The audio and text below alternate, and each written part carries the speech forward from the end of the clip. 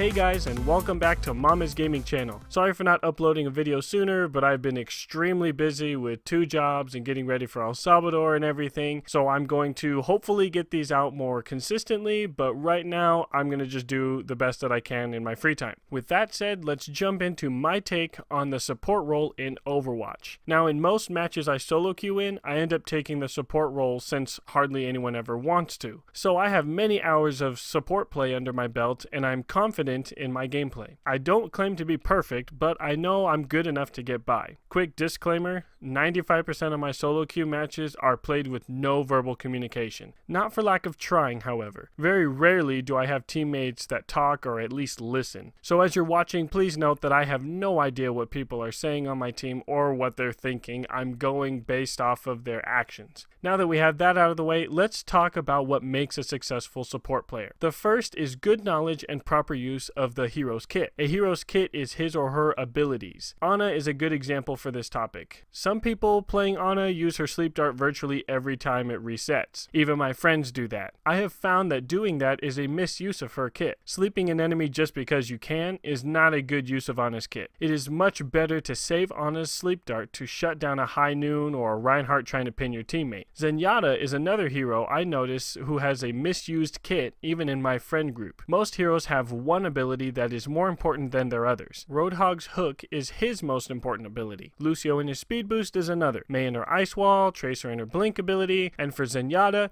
it is his Discord orb. The Discord orb is supposed to be placed on a target that the team is attempting to kill, like Bastion or D.Va or Reinhardt. It also should be used if Zen is in trouble and he has to frag his way out. Shooting at a target as Zen without your Discord orb is oftentimes a waste. The second skill a good support hero needs is an exit strategy. This is easy to do with Mercy or Lucio, who just fly or speed boost away if a fight gets hairy. Not so easy for Ana and Zen, who have no mobility. The exit strategy is designed to counter getting focused by your enemy. Everyone knows that support heroes are high priority targets most times, so the way to get around that is by having an exit strategy. Notice this clip here with me playing as Mercy. Tracer took the high ground and is attempting to flank my team. Our Symmetra sees this and calls for help with the group up call out. I hear the distress call and come to her aid, keenly aware that at any second Tracer could focus me down. With that knowledge, I keep my distance from Symmetra so that if Tracer decides to come for me, I can fly away from Tracer towards Symmetra. Now, I don't actually have to do this since the soldier comes and finishes her off, but nevertheless, I was prepared for the worst. A lot of times, I will distance myself from my team just enough to not be stuck if I get focused. On the other hand, if you are too far away, then Winston or Genji could focus you and you may not be able to run away. The next skill is to stay with your tanks. This goes in tandem with the exit strategy. The tank and the supports have a symbiotic relationship. The tanks can't heal themselves, so they rely on supports. Supports can't take a lot of damage, so they rely on the tanks who can. That is why it is important to stay with your tanks as a support hero. Otherwise, you are in danger of being focused. The final skill for today is running to your tanks. I know it probably sounds redundant after discussing the exit strategy and staying with your tanks, but I assure you it's not. You use your exit strategy to run to your tanks, but this skill will focus more on why and when to use the exit strategy to run to your tanks. I have watched so many people, myself and my friends included, try to handle flankers on their own. If you are under attack, then run to your tanks, or at least to your DPSs. Even though Ana and Zen are pretty good at dueling, a support hero should never have to duel. Support should focus more on supporting their team than killing the enemy. This does not mean that you can't ever kill as a support hero, but it does mean that it is not your primary objective. Let the tanks and DPSs do their job. You make sure you do yours. Supports are not equipped to duel, so run to your tank and make the flanker think twice about coming for you. That's all I have for you this time. I know it's pretty short. Thank you so much for watching this video. If you liked it, you know what to do. If you want to see more, then please subscribe. If you want to learn more about what this channel is and what it's all about,